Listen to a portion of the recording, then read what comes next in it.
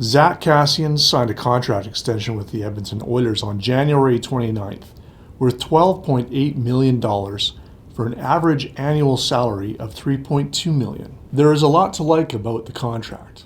For starters, Kassian is playing regularly on a line with Connor McDavid, the team's superstar. Last season, playing mostly on a line with McDavid, Kassian scored a career-high 15 goals. This season, he's on pace to eclipse that. I think the contract, the Oilers wanted to get this done, and to be honest, the money's pretty good. You're looking at the term for 29-year-olds. He's going to be 33 when he finishes. But you're looking at a guy that's been playing first line most of the season, first or second line. So he's a top six forward because that's where he's been playing. That's where he's been successful. And nowadays, it's tough to get a top six forward for $3.2 million, especially one as successful as he, and is a guy that does a lot of things outside of just his offensive ability. So I think it's a good signing for the Edmonton Oilers. He wanted to be here. He likes what's going on here. He likes the direction the team is going. He really trusts Dave Tippett. He trusts Ken Holland. And who wouldn't want to play with Connor McDavid for another 4 years? A lot of people were concerned that suddenly he would be a $4 million player off a really good year. And, they equating him to Tom Wilson, say, in Washington, same sort of player, and Wilson actually makes way more than $4 million.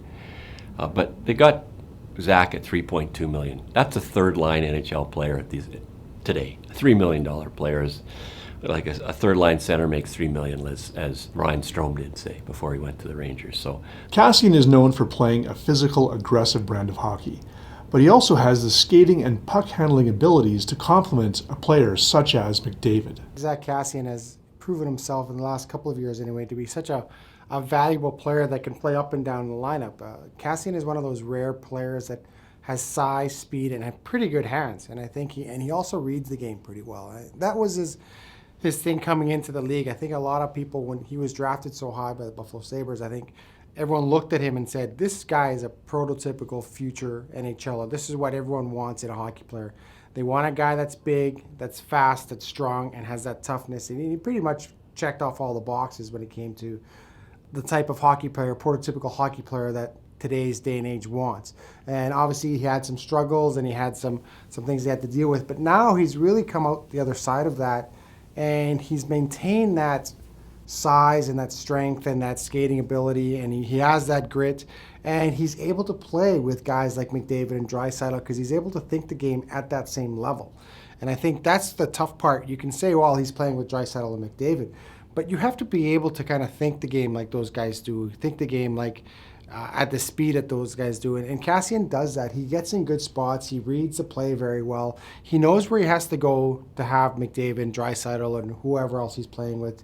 Right now it's James Neal. To know where to go for those guys to find him, and he's doing that. And I think having him ride shotgun with McDavid really, really helps out in the sense that you don't see McDavid take too many cheap shots. You don't see anyone really running McDavid. For a long time, when you had guys like Taylor Hall here and Jordan Eberle and even Ryan Nugent-Hopkins to an extent, guys would come in and take runs at them because the Oilers had no one riding shotgun with them that could do something at the moment right on the ice. And I think that's a thing that Kassian brings as well, because people look and say, well, I can't really run McDavid or I can't do anything to McDavid because then I'll have to deal with Zach Kassian. And I think that's a big deterrent as well, and I think that's worth something as well. That opens up some ice for a guy like Connor McDavid and Leon Draisaitl. Kassian was drafted in the first round, 13th overall, by the Buffalo Sabres in 2009. The Sabres traded him in his first season to the Vancouver Canucks, where he spent the early part of his career, and he played quite a bit of time on the top line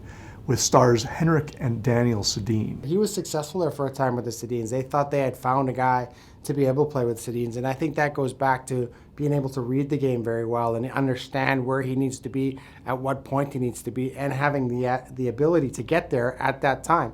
Obviously, hockey's a fast game, and it's one thing to know where you have to be. It's another thing to be there at the exact time you need to be. And it's not easy to play with the Sedins. It's not easy to read off them. They were incredibly talented players. They had that sixth sense between the brothers, and it's not easy. A lot of guys have gone there and tried it. I know Anson Carter had some success there as well. But he fit in well with the Sedins, and I think that's kind of what Vancouver was looking at him. But I think there were some odd off-the-ice issues that Zach Kassian had to resolve, and sometimes that just takes growing up and maturing a little bit. I think he had a lot of success early on in his career. A lot was thrown at him. A lot of people were touting him as the next big thing in hockey. He was drafted so high, and sometimes that can get to a young player. But I think he's matured. He's gone through what he had to do. He realized what he had to do to change things off the ice, to turn his life around. I think the incident in Montreal was a big wake-up call when Montreal just basically let him go. It was the Oilers took a chance on him, and I think the Oilers are being repaid right now. And I think Zach Kassian owes a bit of debt of gratitude to the Oilers for taking that chance on him. And I think this relationship worked out well for both sides. While Kassian is well into his NHL career at 29, his age isn't really a concern. And besides, if his play does tail off, let's say, by the end of the contract, he still fits into the Oilers' plans, one way or another. His contract with a cap hit of 3.2 is fine.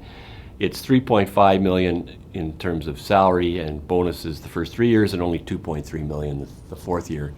So in that year when he turns 33, if his game is dropped off and they want to trade him, a team looking for him doesn't have to pick up a big salary, and the Oilers might be able to trade him. No, I don't see the way Zach skates. I don't see suddenly he can't skate in 33. He's always going to be able to skate. So I think it's a good contract for the Oilers, who have a ton of unrestricted free agents to sign, plus Darnell Nurse and Ethan Bear as restricted free agents.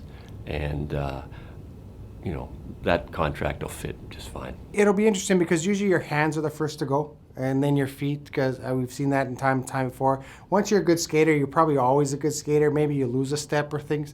But I think as long as his hands can still there, as long as he can still finish off those chances, if he can get 10 to 15 goals a year, I think it'll still be a good bargain. Whether at 33 he's used in the same way that he's used now, I think later on in his career he'll probably slide down the lineup a little bit, and he could become a very effective third-line forward, a third-line checker, a guy that you can put out there in defensive situations. So I think maybe the Oilers are looking long-term in that. I don't think he'll be on the top line when he's 33. I think he'll slide down, but because of his assets and his attributes, he's a guy that can play up and down the lineup, and you won't lose much from that. Ken Holland, I think, has done a really good job fitting in the contracts he has, knowing that Darnell Nurse is his big one he's got to sign, to make sure that he's got enough cap room. He's still got to sign some unrestricted free agents if he wants Riley Sheahan back and Josh Archibald back, maybe Joakim Nygard from Sweden back. But those contracts will all be in the $1 million range, and he would be able to fit them in. And I asked Darnell Nurse a short time ago, okay, now what about your contract? He just kind of laughed. Next question. So Darnell will be twice as expensive as Zach Kassian, I'm sure.